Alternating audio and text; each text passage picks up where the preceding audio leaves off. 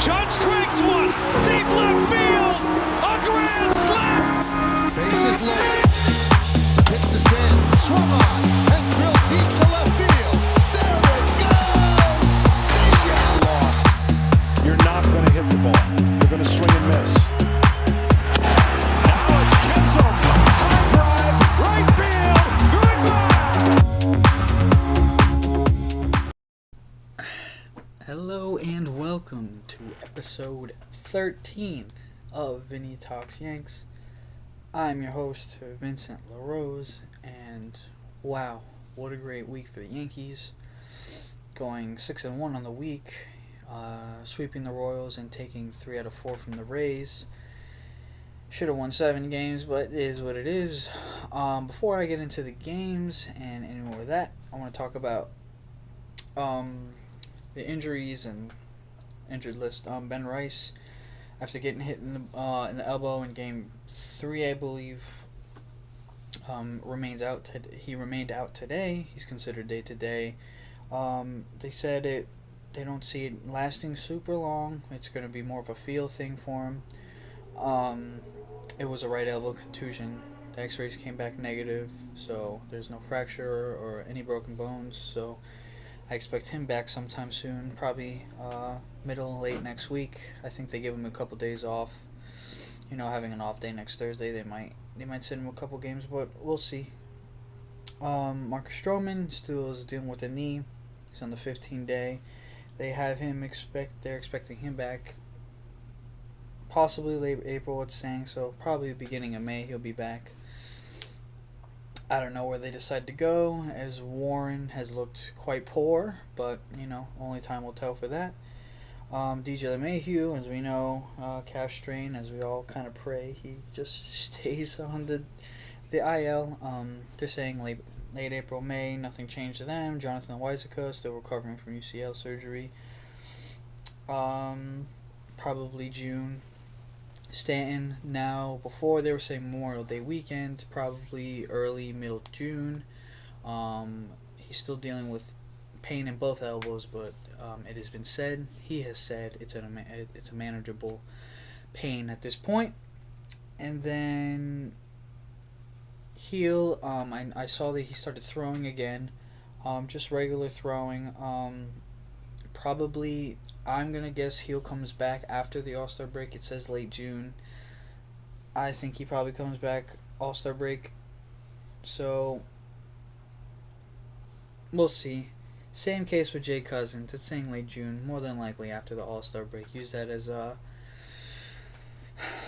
almost like a trade middle season. So, we shall see. And then everybody else doesn't really matter. So, that's that. So we'll get into the games. As we know, Yankees sweep the Royals to start the week. That was Monday through Wednesday. Game 1, Carrasco gets the start. Only 1 earned run. Goes 5.2, I believe. Somewhere in that range. That was the 5th inning where we hit the 3 home runs. So Jazz, Grisham, Rice, and Wells all homer in that game, giving us our 4 runs, 4 RBIs. Jazz got it started a couple innings later. Rice, Wells, and Grisham all get 1 in the same inning, so that was nice. Williams ends up getting the save to end the game. Nice and easy game 1. So then game 2, Jackie Robinson Day, kind of cool. Yankees end up winning 4-2. Jazz shows homage to Jackie Robinson by wearing the old school baggy pants he used to wear. And I'm going to say Fried gets the start. Beautiful as always. 2 earned runs through 6 2/3, something in that range. Wells gets an RBI walk, and then Dominguez comes up in the clutch, hitting himself in his own head after the swing. A 3-run double, was a bases clearing double, to end up to basically give us the win at that point. From the right side, ironically, too, his not so great side.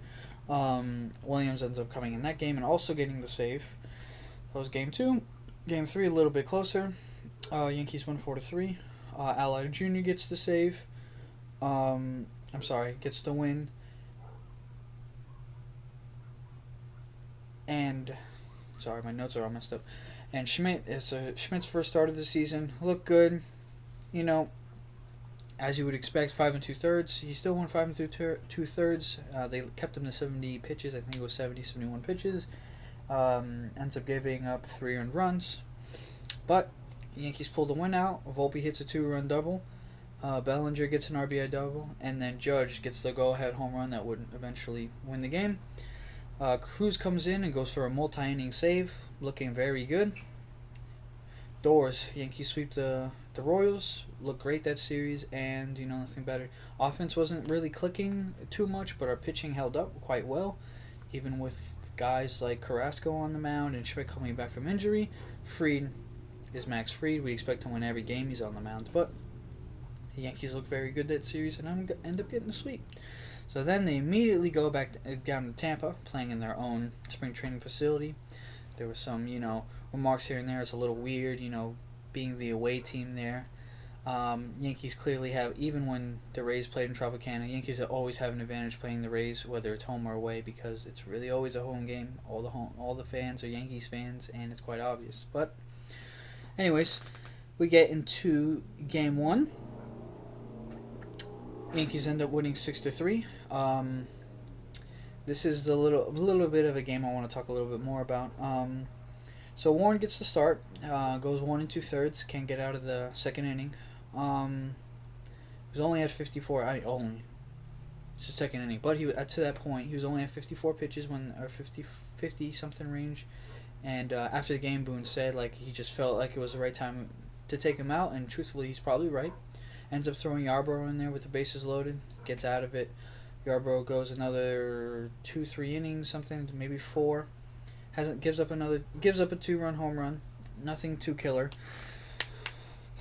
But, Yarbrough goes a couple innings, coming clutch.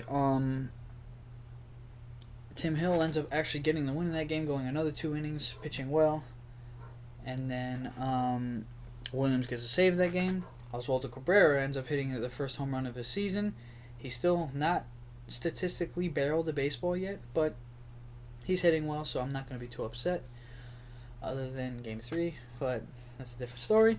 But yeah, like I said, Oswaldo hits his first home run of the season, gets a single RBI.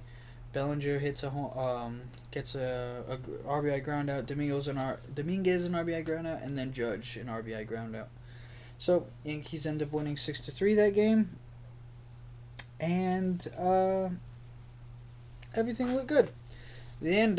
This is the game. Jazz Chisholm gets thrown out, arguing balls and strikes with the umpire. I see in a way why he was mad, because it was a 2-2 count, and the pitch was clearly a strike. Umpire doesn't call it. Okay, that's a ball. All right, and then the 3-2 count. The pitch was even lower. No, it was really not close. Umpire ends up calling it a strike. Jazz loses his mind. Blah, blah, blah. Gets thrown out of the game. Says what he has to say on Twitter. Eventually gets suspended by the MLB the next day. It is currently on appeal. That's why he played Game 3 and 4. Kind of is what it is. Umpires weren't great this series, as Boone got thrown out today. I'll talk about a little bit more about that call later when we get to Game 4. But Jazz is a very fiery player, and he's struggling right now, so that hurts. I'm not worried about Jazz. Jazz is gonna get out of it. Maybe he needs to calm down a little bit, but is what it is. You know what I mean? But I'm sorry. This was Game 1, not Game 2, but Yankees look good, so it's alright. Game 2, not much to talk about. 1-0 win. Rodon looks good here and there. Had a little too many walks. Was a little wild, but fought through it. The Yankees end up winning 1-0. First 1-0 win since I think April of 23, so about 2 years. And Grisham with the only run. RBI single. Weaver comes in. Doors. Weaver has been the best reliever in baseball to this point. What more you can ask for? 1-0 win with the Yankees. And a good game. Unlike Game 3, which was really bad. So Game 3 is the heartbreaker game. We end up losing 10-8. Carrasco gets to start, gets 4 earned runs. Judge has another game, great game, 3 earned runs, 3 RBIs. Goldschmidt, Chisholm, and Grisham. I'm sorry, Wells, Goldschmidt, Chisholm, and Grisham all end up getting RBIs that game. Goldschmidt also technically doesn't get an RBI, but I believe it was first inning or second inning. No, it was the first inning. He got into a double play, which gives us our, the 8th run technically, and then we get into the 9th inning where Devin Williams blows a save. Look, I'm not gonna 100% blame only Devin Williams. So first, Oswaldo Cabrera decides the fans need a ball 2 outs too early, throws that one into the stands, and then Volpe seems to misread a ball a little bit. Devin Williams probably could have got to it. If Volpe plays that like a shortstop's supposed to play that, more than likely it's an out. It was a close play even with him stopping, setting, and throwing. But nobody knows. Eventually, it doesn't matter. As a pitcher, you still got to get out of it. Ends up giving up 4 earned runs and giving up the tie. Then, the worst part about it, first and third, nobody out in the bottom of the 10th, and we strike out.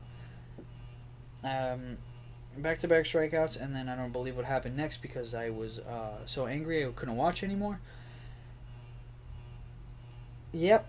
So no run score there, and then I walk in, and the literal third pitch of the bottom of the 10th is 2-run home run.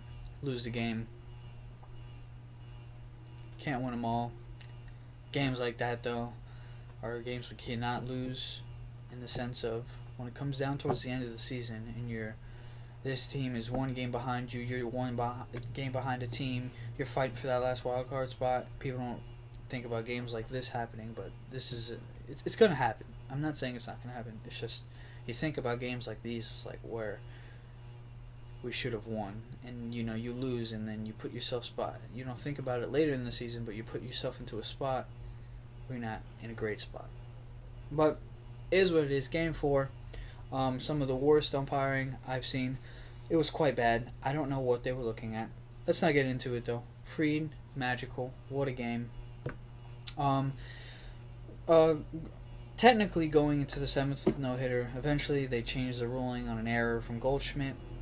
Would he probably have been safe? Probably. I don't remember his name on the Rays. I know he was one of the top prospects called up. Dude's fast as shit. What are you gonna do? Gives up two hits in I think 7.2 inning, 7.2, because Cruz comes in. Anyways, good for Friedman. Great start.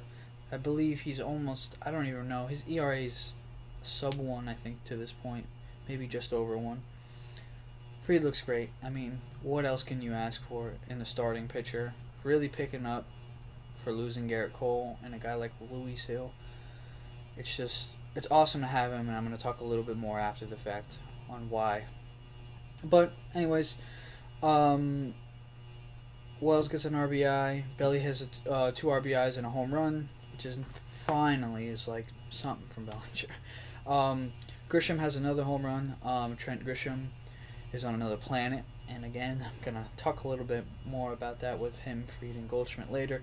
And then, so that was our scoring for the game, and then Aaron Judge hits like a 500-foot foul ball. I mean, on the replay, they only showed one replay. I'm watching it on the S broadcast. I was watching it on my phone, actually, in Gotham. It looked fair by, like, a lot. I mean, like, it looked nowhere near foul. I don't know if there's multiple angles that would show me that. If there is, I may be wrong. It looks fair. It looked way fair.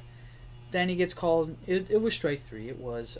Judge isn't happy, obviously, because he realizes he hit a 450-foot home run that's called foul, and then gets striked out, and then gets strike out down looking at a slider. Aaron Boone loses his shit, screams at the home plate umpire, then goes up to the third base umpire, the crew chief, and loses his mind again. Immediately gets thrown out. Late in the game is what it is. We win 4-0. Wouldn't have mattered anyways. It's still good. It's still a stat. But Cruz, again, with a multi-inning save. Cruz is looking very good, and I'm very pleased. to see Cruz at his best. So, next, I want to get into a little bit. I'm going to say Juan Soto. I know a lot of Mets fans are going to go, oh, fucking, rent free in your head. That's not why. I wanted to talk about the benefits to the Yankees not signing Juan Soto. So, in this aspect, it's this. We sign Bellinger, we trade for Bellinger, we get Fried, we sign Goldschmidt, and then we give Trent Grisham an opportunity to actually play. Trent Grisham's been out of this world, has better stats than Juan Soto, and plays way better defense. To this point, Fried has been phenomenal. Great signing. Replaces our ace, and there's nothing to complain about. Goldschmidt is hitting .350 in a wonderful spot. Not a lot of power, which I know some people are saying. He's getting a lot of flick hits, but he's run. He has a couple stolen bases. Looks great. I'm not upset with that at all. Is playing good enough defense. And the last part of it is Cody Bellinger. Although Cody Bellinger hasn't provided much, again, he's giving us that defense aspect of it in the sense of if we don't have him, we don't have that defensive shutdown. And as a lot of us Yankees fans watched the other day, made a phenomenal play to end the game, which Soto, as I saw some people say, would have been rolling like a tumbleweed out there trying to catch the ball because he's terrible at defense. Look, I'm a Yankees fan. I'm also a baseball fan. Soto was bad at defense with the Yankees. I don't know how he was nominated for a Gold Glove. It was stupid. All right, so I'm going to trash the guy, whatever. He also left my team, so you got to jab at him somewhere. It's the game. But Juan Soto not signing with the Yankees has been more of a benefit to this team than it has been a hurt to the team. Guys like Grisham are getting, Grisham's getting his chance. Fried has been phenomenal. Grisham doesn't play if Juan Soto's on the team. We don't sign Fried if Juan Soto's on the team. We don't sign Goldschmidt if Juan Soto's on the team. And Goldschmidt has provided that extra, backup, helping out guys like Aaron Judge and just making the lineup better. And then Bellinger, I know his bat hasn't been great. Defense has been absolutely phenomenal though, and you can't complain about it. He does hit a home run today, which makes it that much better, but Juan Soto would have hurt this team more than it would have helped. Yes, I understand the Yankees made the World Series without Juan Soto. With Juan Soto.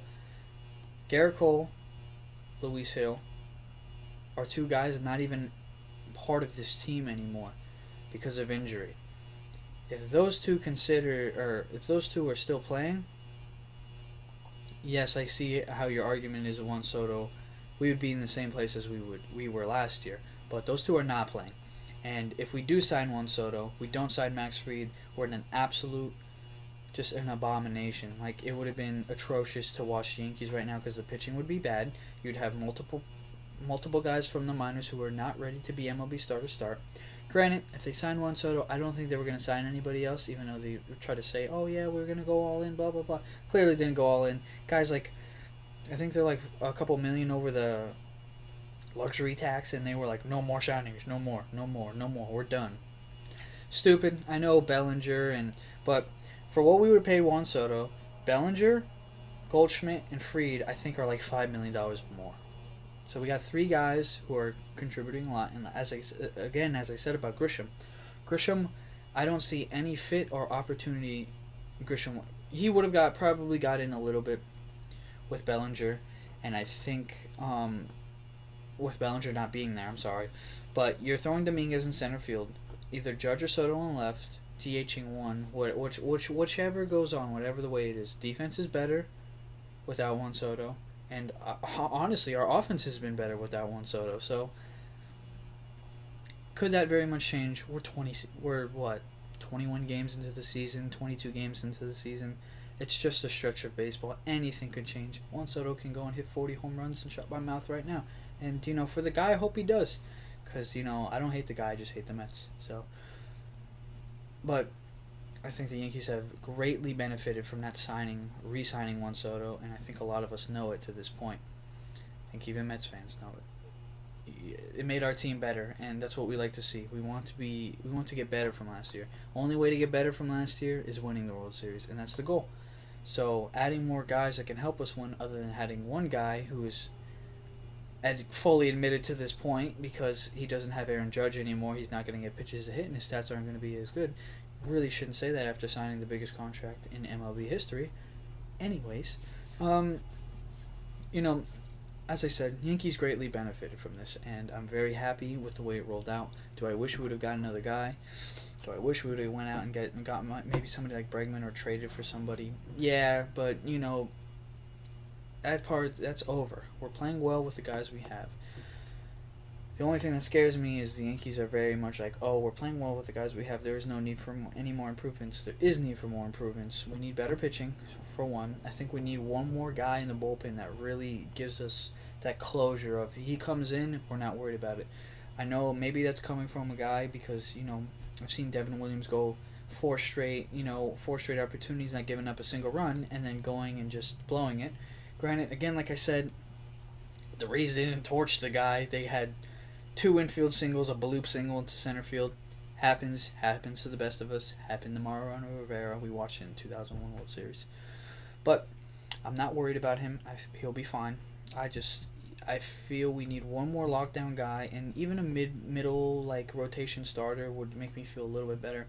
I do not trust Strom in the pitch anymore. I do not trust Warren. I know they're high on Warren. He does not look good. He was supposed to be a guy who threw strikes and got at it. He has so many walks, not a lot of strikeouts. The fastball looks good. I'll give him that. But he can't throw for a strike half the time. I'm a little worried about Warren.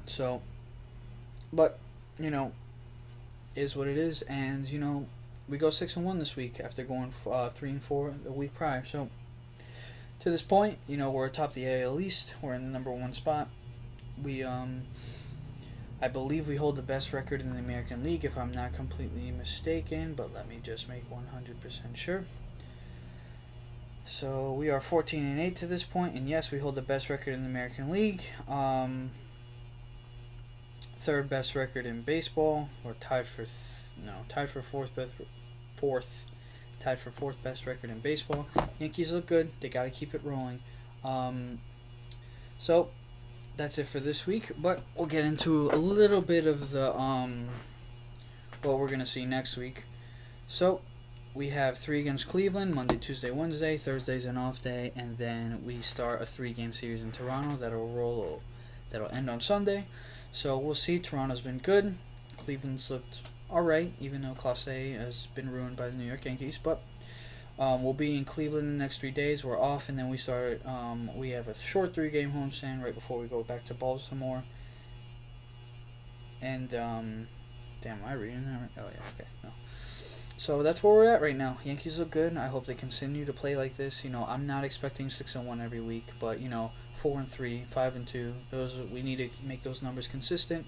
We have to get away from what we've done the past couple of years, where we go on this huge win streak and win a bunch of games, and then towards the end of the season, we fall apart for 30 games, go 12-18, and then keep the race going. So I know every team does that. I'm just saying the Yankees really need to try to lock the door, stay consistent, and just keep playing their game. So I'm not worried. It's a good week and a good way to end the week. But I'm going to end it there. Thank you for everybody who's watching. Any comments or questions, leave them down below. And I hope you guys all enjoy your Easter. Have a good night.